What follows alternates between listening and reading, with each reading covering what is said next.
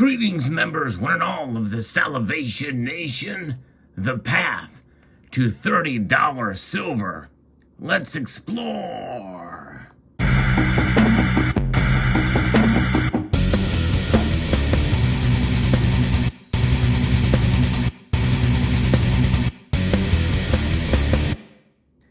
For those of you familiar with my prognostications, I was wrong last year when I was expecting silver to hit $30 an ounce. So therefore, in 2022, my prediction for silver was a little bit more timid, but still very bullish, especially considering what's going on right now, as most people think that silver should be well above $30 right now. In fact, I've covered that topic in previous videos as to where silver should be.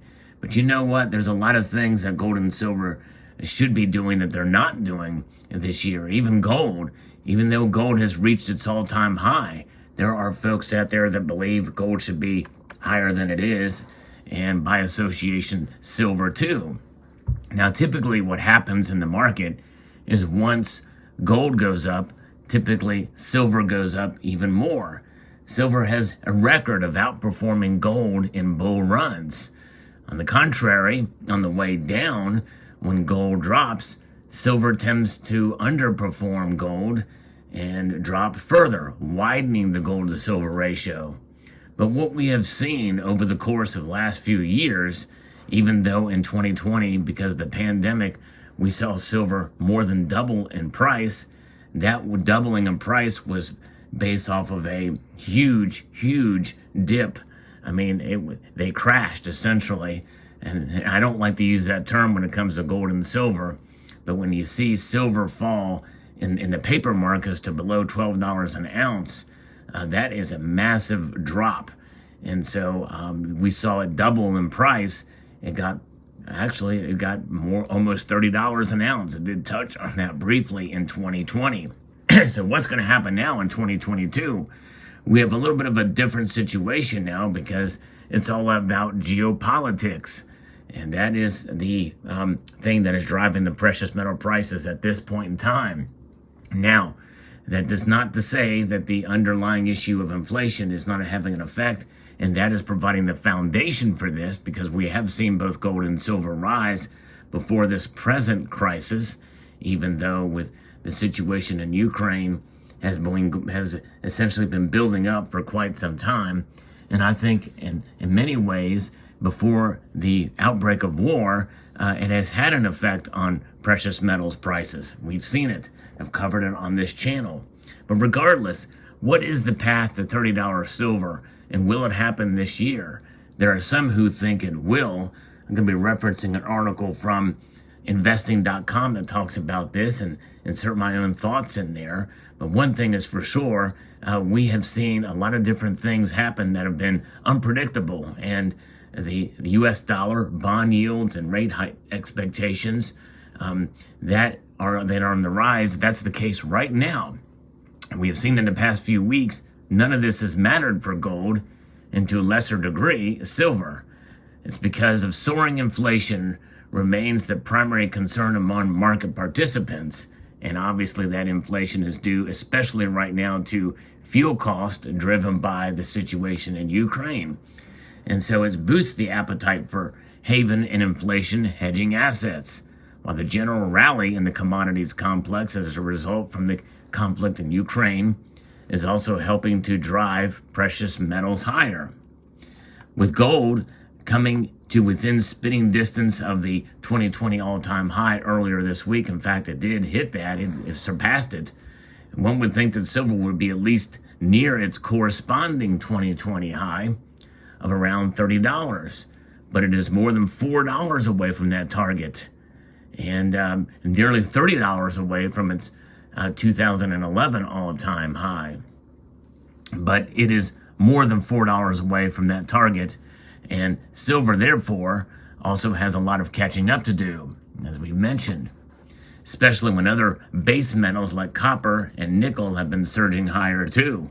In fact, the nickel markets have closed down because of that. Some people feel that really that it's only a matter of time before that happens with silver. From a technical point of view, Silver does remain on a bullish trend, and it's highlighted that the higher highs and lower lows in recent price action, and the fact that we are holding above both for the shorter term 21-day exponential and longer term 200-day moving averages.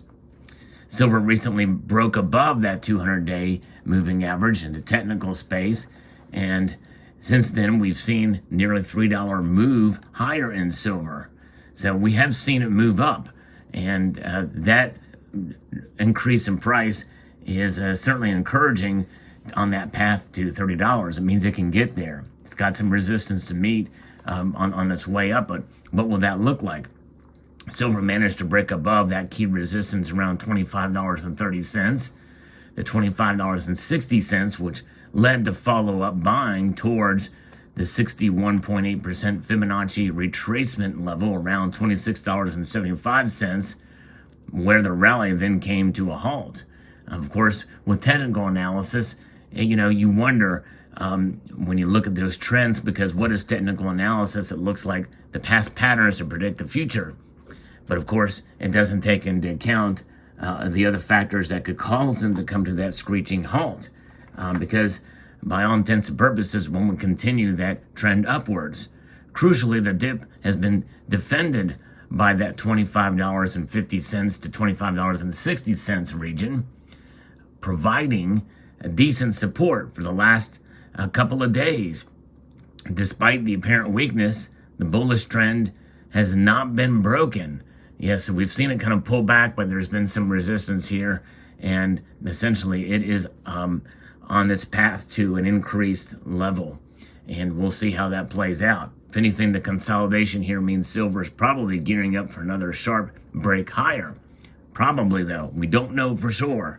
A decisive move above short-term resistance around $26 could be the trigger for such a move.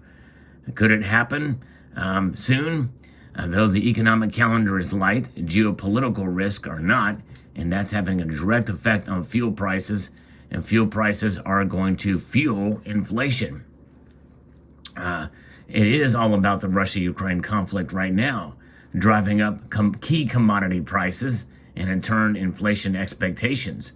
Rising price pressures could be good news for assets that are perceived to offer good protection against inflation. Gold and silver are among those. If the bullish trend continues, and the next upside target is around $27.50, and that does seem like a little bit of a stretch right now, but we did see it last year in 2021 briefly, and we also saw it in 2020 for quite some time. Silver hung around the high $26, $27, and $28 for quite a while. So we'll see. And so therefore, if we do see it hit to that point, and we see the Fibonacci retracement level come to $28.22, followed by the highs from last year and the year before, we very well could see $30 based off of those patterns. But again, it just depends on what happens, because as we talked about just a moment ago, that could stall. It could stall again. And that is what has been frustrating silver stackers, because of that type of thing, where we see the precious metals, notably silver here, kind of stall out and not do what we think they should do. And that is due to multiple different factors. And obviously there are some who strongly feel that this is suppression, price suppression, and that is occurring with these big sales and drops and dumps on the markets at off hours. And we've seen that happen actually on a Sunday night live stream. But is there any way that that's happening in the opposite direction as well too, to see the prices bullishly advance very dramatically? And that very well could be the case. As time goes on, we will see movements one way or the other. Volatility is the key here for both metals, gold and silver, but especially silver is known for that. As I record this video, the market has closed with silver up slightly and gold down slightly. Actually, ironically, the movements in opposite directions are the exact same percentage level, which is ironic and unusual, but we live in unusual times. The gold to silver ratio right now is around 76.73. And so it's fairly high gold to silver ratio, to me abnormally high, but it has become the new normal in recent times. We've seen the gold to silver ratio in 2020 at its massive drop in silver price to above 126. And so there's wild movements in the paper markets. Now we are talking about spot price. We are talking about the psychological level of $30 silver in the paper markets. Most of us understand that we're paying more than $30 for silver, and in many cases for generic bullion. Not quite as much these days, but as demand continues to increase, we're going to see privately issued bullion rounds here probably continue to increase in price above spot. And that is the premium that we're paying. And that premium is something that frustrates many in the community, stacking community for silver. But you typically get it on the way out as well too. And so let's talk a little bit about those premiums, because the real price that matters is the price that you sell your silver for. And right now, anecdotally, my local coin shop, I just asked them recently what they are selling, what they're buying silver for. For generic or privately issued bullion rounds, such as you see here, they are buying it for 50 cents an ounce above spot price. And so that is certainly a difference there. Above spot price is unusual. Usually they pay under spot slightly, a couple percentage, maybe 50 cents or $1 under spot. But because of the demand, they are paying above spot price.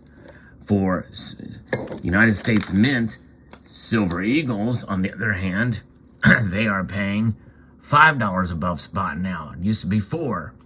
So these are trading for quite a bit of a premium, although you are paying $11 over for Silver Eagles when you buy them. You are paying about $4 over for privately issued bullion, which means that spread between buyback price and sell price is greater for Silver Eagles than it is for privately issued bullion. That privately issued bullion, you're going to get your more for your money back out of it. If you need to sell it, the spot price doesn't move. Well, even if it does move, it's the premiums that are paid. So that's why I'm, if I was advising people who stack silver, I would avoid Silver Eagles like the plague, and I would be buying privately issued bullion as long as it is liquid, as long as they will buy it back.